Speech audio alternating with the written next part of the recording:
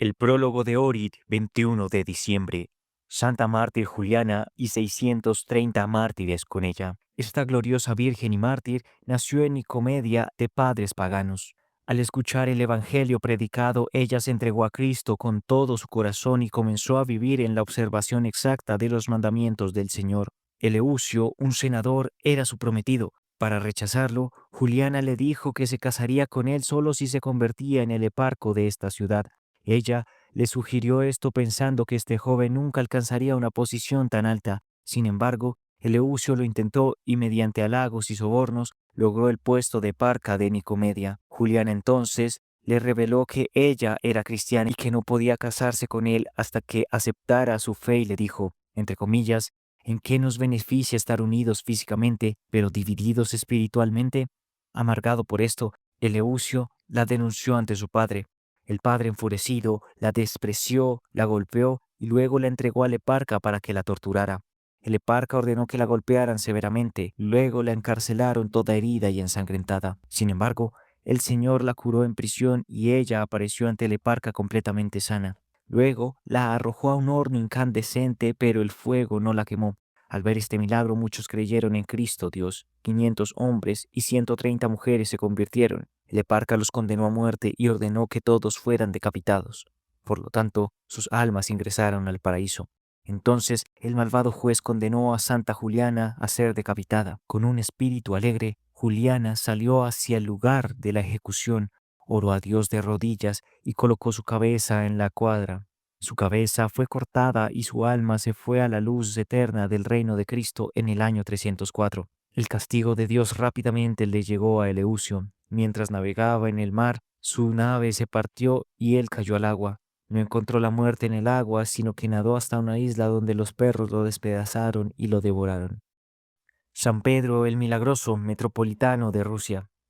Pedro nació en la provincia de Volvinia y abrazó la vida monástica a la edad de 12 años. Fue un maravilloso asceta e iconógrafo. Fundó un monasterio en el río Rat y se convirtió en su abad. En contra de su voluntad, fue nombrado metropolitano de Kiev y consagrado en Constantinopla por el patriarca Atanasio. Como metropolitano soportó muchos ataques a manos de envidiosos y herejes. Él gobernó la iglesia durante 18 años como un buen y celoso pastor. Durante su vida construyó una cripta para él en la iglesia de la Dormición, donde reposan sus reliquias santas y milagrosas incluso hoy en día. Él entró en reposo en el año 1326 y se fue a su verdadera patria. Santo mártir Temístocles. El joven Temístocles era pastor, cuidaba ovejas en un campo cerca de la ciudad de Mira, en Licia.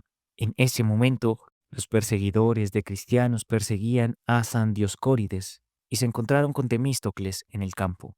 Le preguntaron si vio al perseguido y si sabía dónde se escondía. Temístocles, aunque sabía, se negaba a decirlo. Se declaró cristiano, fue torturado y decapitado en tiempos de Decio en el año 251. Reflexión. Quien sube al reino de Cristo debe encontrar obstáculos.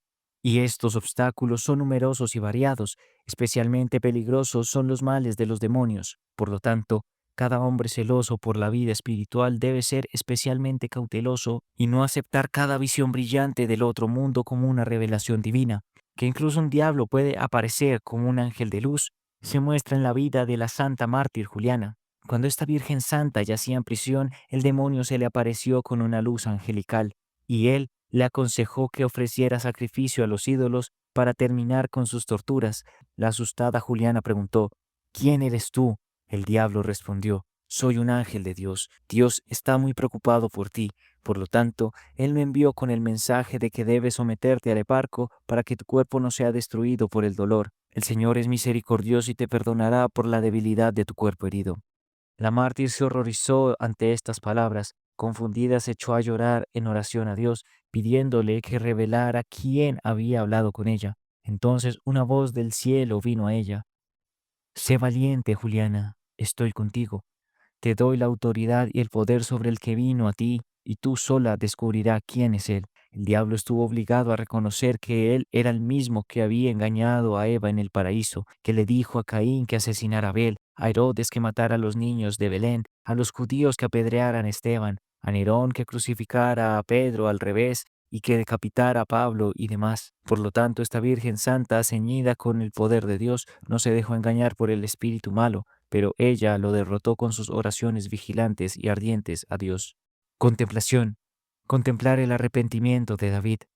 Primero, cómo el rey David no pecó mientras era pastor y sujeto simple. Segundo, cómo siendo rey pecó contra Dios.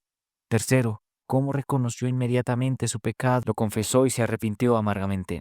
Sermón sobre Elías el profeta. Entre comillas, vive el Señor, Dios de Israel, en cuya presencia estoy, que en los años que vienen no va a llover y ni siquiera va a caer rocío a menos que yo lo diga. Primera de Reyes, capítulo 17, versículo 1. Estas palabras son terribles para cada oído mortal porque un hombre las pronunció, un hombre sujeto a pasiones semejantes a las nuestras. Santiago capítulo 5, versículo 17. Ustedes se preguntan, hermanos, ¿cómo puede un hombre mortal cerrar los cielos y detener la lluvia? Pero pregúntense, ¿cómo puede un hombre mortal abrir los cielos y hacer caer lluvia sobre el suelo reseco? Sabemos que incluso ahora Dios abre los cielos y da lluvia por las oraciones de los hombres. Si ustedes creen, todo lo que pidan en oración lo recibirán. Mateo capítulo 21, versículo 22 dice el Salvador, como Moisés, mediante la fe viva y la oración, obró milagros en Egipto y en el desierto, como Josué, hijo de Nun, retuvo el curso del sol, así también el profeta de Dios Elías cerró y abrió los cielos. Hizo descender fuego del cielo y obró otros milagros poderosos e increíbles a través de la fe y la oración. Dios le dio a Elías el poder de obrar tales milagros, ya que Elías tenía celo por la gloria de Dios y no por la propia gloria.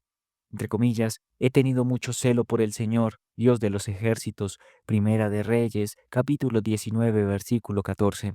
Este hombre de Dios no buscó nada para sí mismo, sino que buscó todo por Dios. Dios fue todo para él, toda la gloria, toda la fuerza, todo el bien. Por lo tanto, Dios lo coronó con una gloria inmortal, una fuerza tan poderosa y un tesoro que no decae y que las polillas no corrompen. Dios no permitió que Elías muriera, sino que lo llevó al cielo como lo hizo con Enoc. San Elías tenía un alma tan pura como el rocío de la mañana, un cuerpo tan casto como el de un niño y un corazón y una mente tan intachables como la de un ángel de Dios. Por lo tanto, él era y sigue siendo un vaso del poder de Dios. Él hizo maravillas y las hace hoy. Oh Dios vivo, el Dios de tu profeta Elías, que nos has adoptado a través del bautismo por tu santa gracia, enciende también en nosotros la fe y el celo de tu santo profeta. A ti la gloria y el agradecimiento por los siglos de los siglos. Amén.